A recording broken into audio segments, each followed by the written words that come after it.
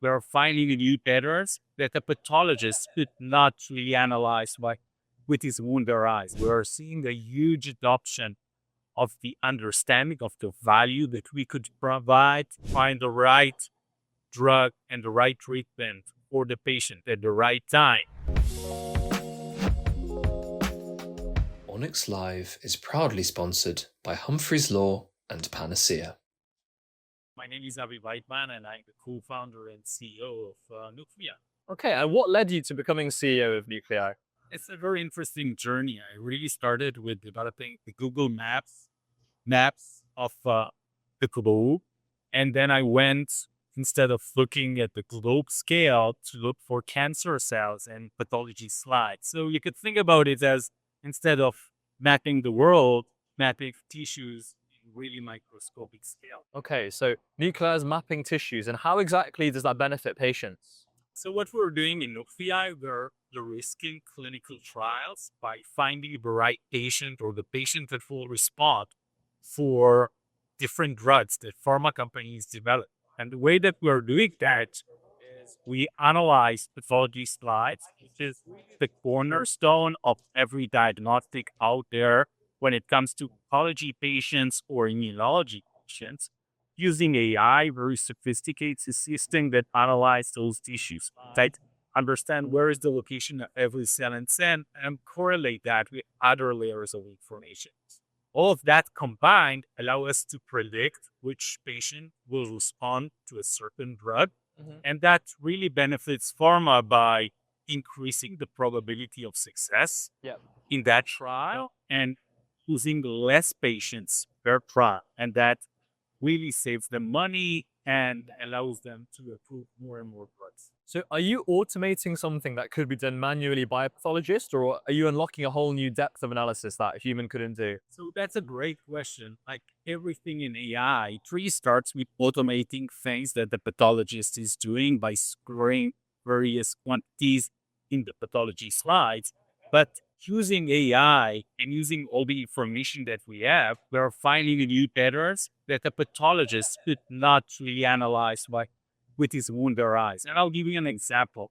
Expression of a protein on a membrane of a cell multiplied by a ratio of a protein on the cytoplasm of the cell for 100,000 cells. This is not something that the pathologist could do by his own their eyes, but we're doing using our system. I see. And could you talk through some of the technical aspects so people who are not aware regarding computer vision and spatial biology? How does it work? So computer vision really progressed enormously in the last few years. As you could see around here, there are so many automatic cars that are just driving around.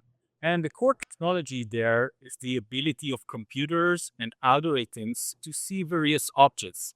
So we're using the same technology to find the location of every cell and cell, to distinguish between a cancer cell and a benign cell, and correlating all of that with other layers of information allows us to predict whether a patient will respond to a drug. Who are your main customers and why are they choosing to work with you? So our main customers are the big pharma companies or the 20 pharma companies in biotech, advanced biotechs that develops usually ATC drugs, antibody drug conjugates, bispecific, multispecific, etc.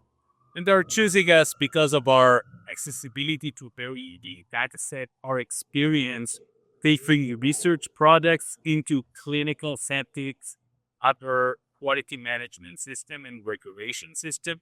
Our overall multidisciplinary team that does not just do image analysis, but also the bioinformatic work, and our ability to look at all modalities. So we are using various modalities of data to predict whether a patient will respond or not. Yeah, so I understand you've recently announced a collaboration with the University of Glasgow. Right.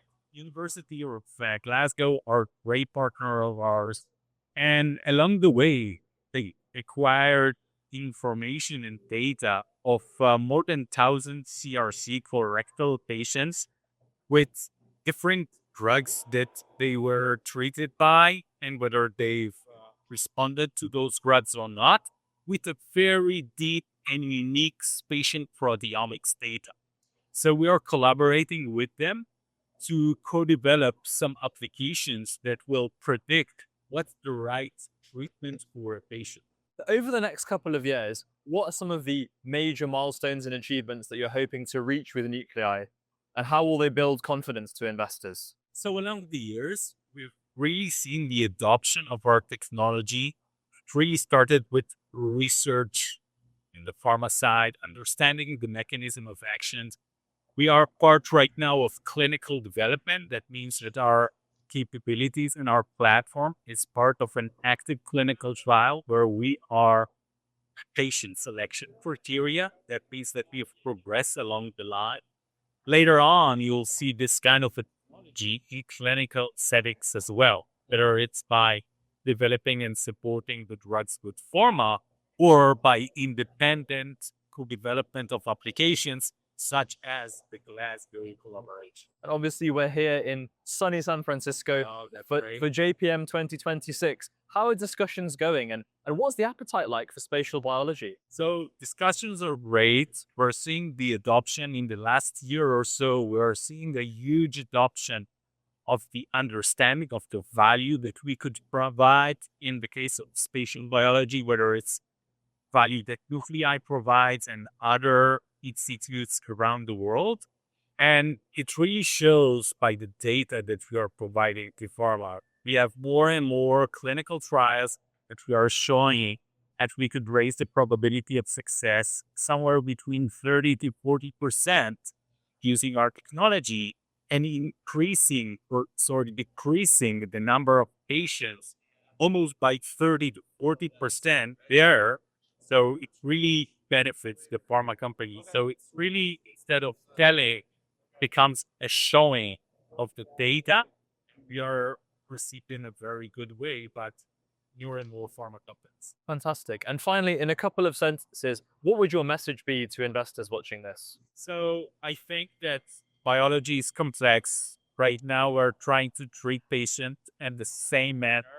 And as we are moving into precision medicine, we want to find the right drug and the right treatment for the patient at the right time. Technology like ours and others that allows to take the complexity of biology and finding the right treatment are really the future. Fantastic. Garby, thank you so much for your time. Really appreciate it. Lovely to meet you.